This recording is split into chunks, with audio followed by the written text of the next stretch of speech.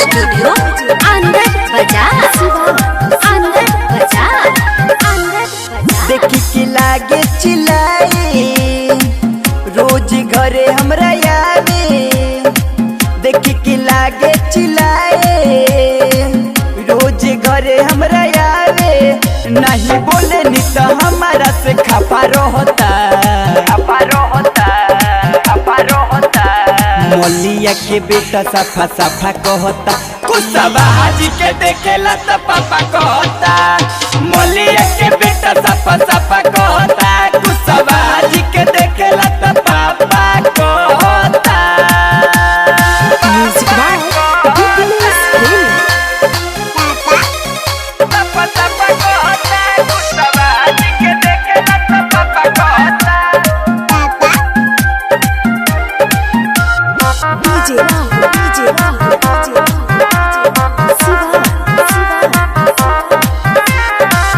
आइला तिला कहरुई त दिहलस भगाई।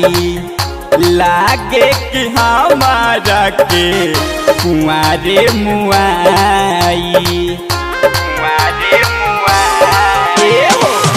आइला तिला कहरुई त दिहलस भगाई।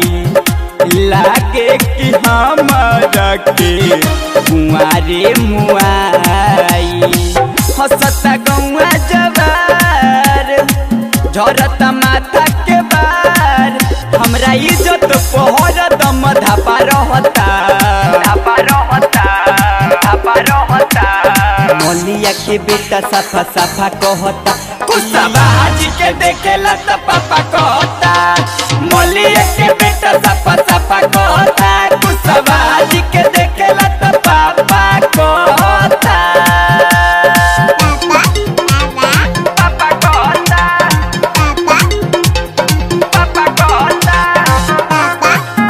कुसबा हाजी के देखेला तो पापा कहता।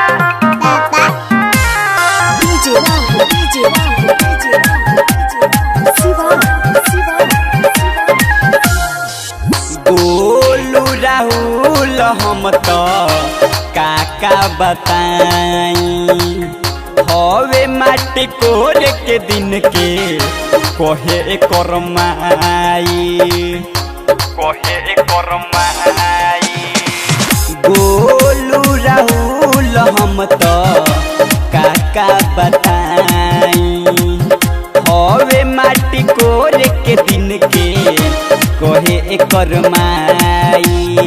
बटे मम्मीला फसल पहले मिलन में रहल।